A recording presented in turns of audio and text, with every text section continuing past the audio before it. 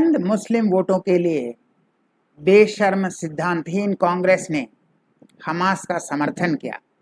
वह हमास को आतंकवादी तो हैं, वह क्या कह रहे हैं, ये स्वाधीनता संग्रामी हैं और उन्हें अपनी स्वाधीनता का अधिकार है।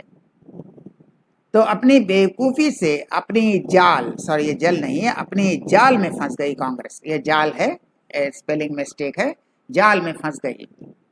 क्योंकि हमास का समर्थन करने से क्या साबित हुआ? ये कह रहे हैं पैलेस्टाइन अपने आज़ादी के लिए लड़ रहे हैं, ये सही है।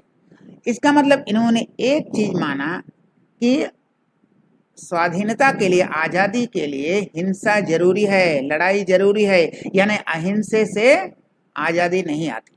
ये जो कह रहे हैं ना, अहिंसा से आ गई, चरखे से आ गई, बिना खड़ग बिना ढाल, अहिंसा से, प्रेम से ऐसी आज़ादी नहीं आई, क्योंकि आज़ादी ऐसे संभव नहीं है। ये खुद मान रहे हैं, ये खुद मान रहे हैं कि ये जो लड़ाई कर रहे हैं, जो बम फेंक रहे हैं, जो हत्या कर रहे हैं, ये सही है। इसका मतलब आज़ादी अहिंसा से नहीं आ सकती। तो भारत में कैसी आ गई?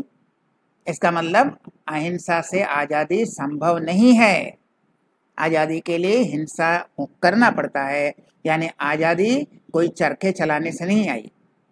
तो पहला कांग्रेस का जो मेन पॉइंट है कि हमने अहिंसा से आज़ादी दिलाई, वहीं ध्वस्त हो गया। फिर आज़ादी के नाम पर लूटने की छूट है।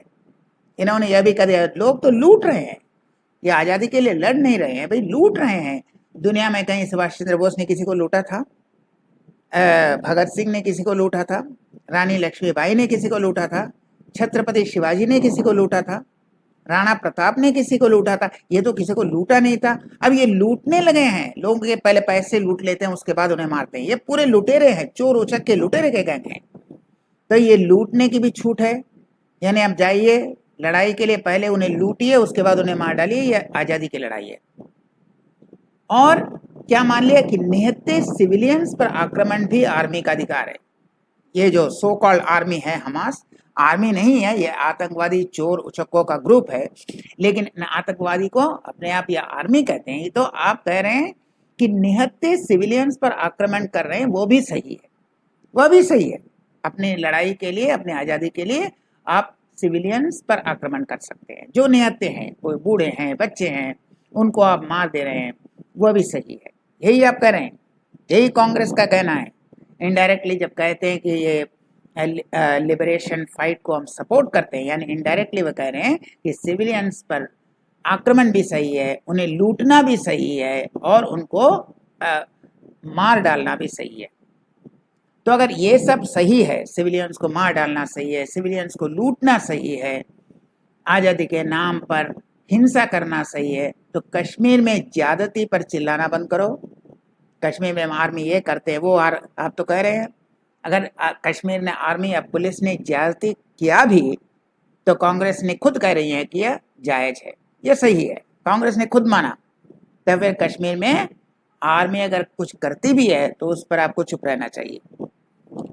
पहले यह कहना बंद करें कि भारत अहिंसा से आज़ादी हासिल की, यानी अहिंसा से आज़ादी अगर संभव होता तो भाई ले दो, कांग्रेस के पास बहुत पैसा है, 2-4 चरखे भेज दो, चरखा भेज दो, और चरखा चलाएंगे, हो जाएगा। और चरखा चलाने से इजराइल कोई आक्रमण नहीं करेगा, तो चरखा चलाते रहो। तो ये इनडायरेक्टली आप कह रहे हैं कि नहीं, चरखा चलाने से कुछ होता नहीं है, अब लड़ना पड़ता है। और अगर आज़ादी के नाम पर निहत्थे सिविलियंस की हत्या करना भी ठीक है, तो आपको स्वीकार करना होगा कि राजीव गांधी की हत्या उचित है, क्योंकि वो भी अपने आप को क्या कर रहे थे, लिबरेशन आर्मी।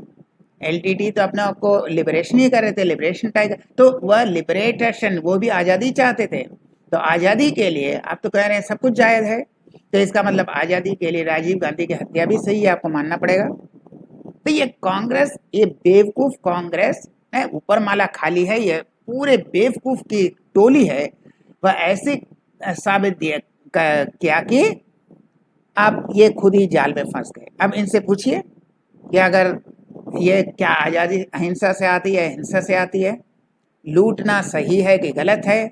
निहत्थे सिविलियंस पर आक्रमण करते हैं, तो राजीव गांधी की हत्या सही है गलत है? अब इस सवालों का ये जवाब दें, तब हम मानेंगे कि हमारा सही है।